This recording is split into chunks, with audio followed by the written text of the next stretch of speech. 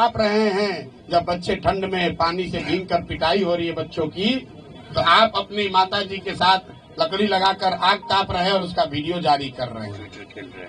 हमने कल तक भी कहा है और आज फिर से कह रहा हूं, अभी से भी चुनौती दे रहा हूं, अभी से भी आइए और ये युवा सत्याग्रह समिति की जो युवाओं की आवाज है, युवाओं की जो मांग है, उसका नेतृत्व कीजिए।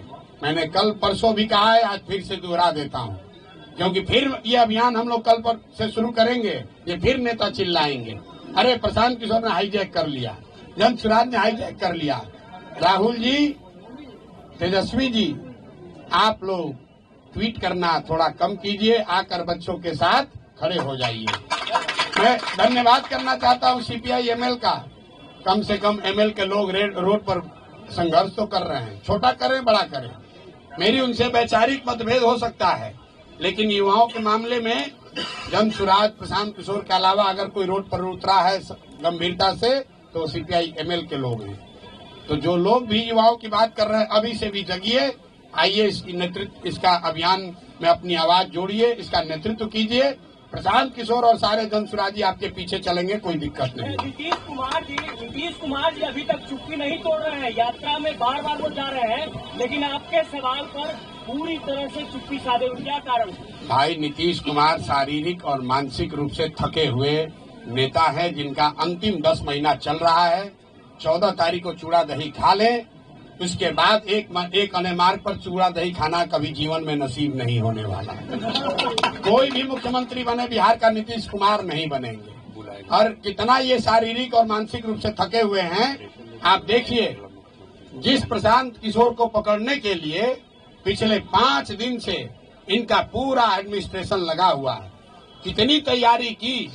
आज सैकड़ों गाड़ियां, मुझे बताया गया 25 थाने के फोर्स, पुलिस लाइन से फोर्स, सबको लगा दिया और उस आदमी को पकड़कर ऐसे जगह ले गए जहां हॉस्पिटल वाले एडमिशन लेने को तैयार नहीं। 3 घंटे तक, 4 घंटे तक घुमा रहे हैं, पता ही नहीं चल रहा है कि भीड़ से बचने के लिए इस आदमी को ले कहां जाएं। जिस प्राथमिक सामुदायिक स्वास्थ्य केंद्र पर ले गए, वहां के डॉक्टर भी इनकी बात सुनने को नहीं तैयार है, क्योंकि ये गलत करने को कह रहे थे। और इनके पुलिस प्रशासन व्यवस्था में हीरोइज्म करने वाले 2-4 अफसर भीड़ के दबाव से, आप ये भी जानिए क्यों ले गए मुझे बेउरिए। जब कोर्ट में मामला आर्ग्यू हो रहा था, कोर्ट ने एक बार निर्णय दे दिया था। ये हमको इतनी जल्दी क्या थी इनको ले जाने की? जल्दी ये थी कि जो हजारों की संख्या में वहां भीड़ जुटी, तो वहां से पुलिस के रिस्पॉन्सिबल पदाधिकारियों ने ऊपर खबर भेजी कि भीड़ अनियंत्रित भीड़ है यहाँ। तो यहाँ पर जो हीरो बनने वाले लीडर अफसर है, पुलिस पदाधिकारी, कहीं मौके पर आज नहीं दिखे। जो लाठी चलवाते हैं माइक लेकर, आज वो भीड़ को नियंत्रित करते नहीं दिखे। आज बिहार पुलिस के 4-5 वहां अफसर थे, और जितने जन सुराज के या इस अभियान के समर्थन में आज लोग आए थे, सबको हम लोगों ने कहा कोई पुलिस वाले को परेशान नहीं करेगा। और आप मीडिया बंधुओं ने देखा कि पुलिस हम लोग की क्या सुरक्षा करेगी। जन सुराज के समर्थक, इस अभियान के समर्थक, वो छात्र, युवा संघर्ष समिति के लोग, उन्होंने पुलिस को आराम से वहां पार कराया। ये कैरेक्टर है इस अभियान का, ये कैरेक्टर है जन सुराज और जन सुराज से जुड़े हुए लोगों का, ये कैरेक्टर है युवा संघर्ष समिति के बच्चों का। इसके मुकाबले पुलिस क्या करती है? जब 18-20 हजार की भीड़ थी, प्रशांत किशोर खड़े थे, लाठी चलाने का हिम्मत नहीं हुआ। प्रशांत किशोर चले गए तो माइक उठाकर उस पर कह रहे हो कि तुम्हारा नेता भाग गया, तुम पर अब पानी ठंडा डालेंगे और उसको दौड़ा के लाठी मारेंगे। बेउर पहुंचे, पेपर ही नहीं है, पेपर ही नहीं लिया कोर्ट से। अब जरा आप लोग सब पत्रकार हैं, कल प्रशासन से पूछिए कि जब आपके पास पेपर नहीं था तो आप, कोर्ट अभी मामला सुन ही रहा था, तो आप प्रशांत किशोर को बेउर ले क्यों गए? और ले गए तो इसके लिए कौन जिम्मेवार है? क्या प्रशासन उन पर कार्रवाई करेगा? नहीं करेगा, क्योंकि नीतीश कुमार शारीरिक मानसिक रूप से थके हुए व्यक्ति हैं, जिसकी सरकार नीतीश कुमार नहीं चला रहे। ये सरकार, उनके 4 चंद सलाहकार, सबसे भ्रष्ट, सबसे ज्यादा नैतिक रूप से गिरे हुए लोग, ना जो चुने हुए हैं, ना सरकारी नौकरी में हैं। सीएम हाउस में बैठकर सीएमओ के नाम पर, नीतीश कुमार के नाम पर उनके सहमति या असहमति से पूरी व्यवस्था को अराजकता वाली व्यवस्था बना रखी है इन लोगों ने। और इन अधिकारियों के दम्भ ने आज दिखाया है कि ये कितने खोखले हैं, न इनको कानून की समझ है, न इनको काम की समझ है, सिर्फ हीरोबाजी चल रही है। और कोई गरीब साधारण कमजोर व्यक्ति मिलता है उस पर ये अपना अफसरशाही दिखाते हैं। यही आज कोर्ट के निर्णय ने प्रमाणित किया है। जो आपकी मांग थी उसमें आपको कोई बढ़ोतरी होगा या फिर वही 5 मांग रह जाएगा? वो 5 मांग के साथ हम लोग अनशन के लिए पूरी तरीके से तत्पर हैं, उसके लिए प्रतिबद्ध हैं। और युवा संघर्ष समिति, सत्याग्रह समिति जो बनी है उसके नेतृत्व में वो लड़ाई लड़ी जाएगी।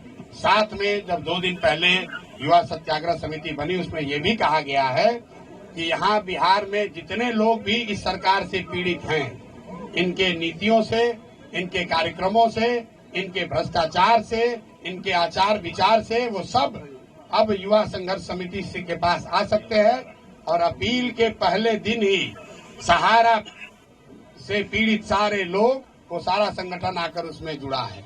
अपील के पहले दिन इंजीनियरिंग छात्र जो यहाँ के रिक्रूटमेंट से परेशान है, अब भी वो भी इस आंदोलन में जुड़ा है। और अगले 10 दिन में आप देखेंगे, मेरा विश्वास है कि कई ऐसे संगठन जो इस सरकार की व्यवस्था से परेशान हैं, वो सब युवा सत्याग्रह समिति का हिस्सा बनेंगे या उस प्लेटफॉर्म पर आएंगे और सब मिलकर इन सरकार को झुकाया जाएगा, इनको इनका सही जगह दिखाया जाएगा। सवाल इम्पोर्टेंट है कि नीतीश कुमार की ये सवाल आपको थोड़ा अलग रख सकता है, लेकिन नीतीश की पुलिस को आप धन्यवाद नहीं कहेंगे क्योंकि जिस तरह का घटनाक्रम घटा है, खुद करें कि 8 घंटे आपको घुमाया गया, कहीं हॉस्पिटल में लेने से इनकार कर दिया गया। तो जो भी घटनाक्रम हुआ, जिस तरह से आपको डिटेन किया गया, उससे आपके कार्यकर्ताओं का न सिर्फ जोश हाई हुआ है बल्कि एक युवाओं में एक बड़ा मैसेज गया है कि प्रशांत किशोर ही असली हीरो है। तो नीतीश कुमार की पुलिस को आपको धन्यवाद भी करना चाहिए। नहीं, पुलिस का धन्यवाद मैंने उस समय भी कहा जब वो मुझे गिरफ्तार करके ले जा रहे थे।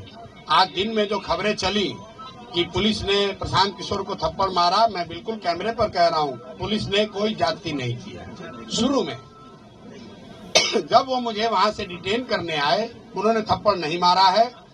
एक मेरा साथी मेरा हाथ पकड़ के रोकने की कोशिश कर रहा था, तो उस हाथ को छुड़ाने के लिए उन्होंने पुलिस ने साथी ने हाथ चलाया है। पुलिस ने, मैंने फिर आपको कहा, एक पुलिस के साथी ने जब मुझे पकड़ के ले जा रहे थे, मैंने गर्म कपड़ा नहीं पहना था, अपना जैकेट खोल के मुझे दिया, सर आप ये जैकेट पहनिए, हम अंदर से गर्म कपड़ा पहने हैं, आपको ठंड लग जाएगी। बहुत सारे अच्छे पुलिस अफसर भी हैं, लेकिन 2-4 चंद लोग हैं, सीएमओ में बैठे सलाहकारों से सीधे निर्देश लेते हैं और उसके हिसाब से काम करते हैं। जो वहाँ पर रिस्पॉन्सिबल अफसर है, जो वहाँ का गांधी मैदान के जो रिस्पॉन्सिबल पदाधिकारी हैं, उनसे किसी ने नहीं पूछा। ऊपर से 2 सुपर हीरो उतर गए, उन्होंने कहा ऐसे कर दो। जब भीड़ बढ़ गई, भाग लिए, भीड़ बढ़ी, भाग लिए। बिना कागज के इन अफसरों को मुझे लेकर जाना पड़ा।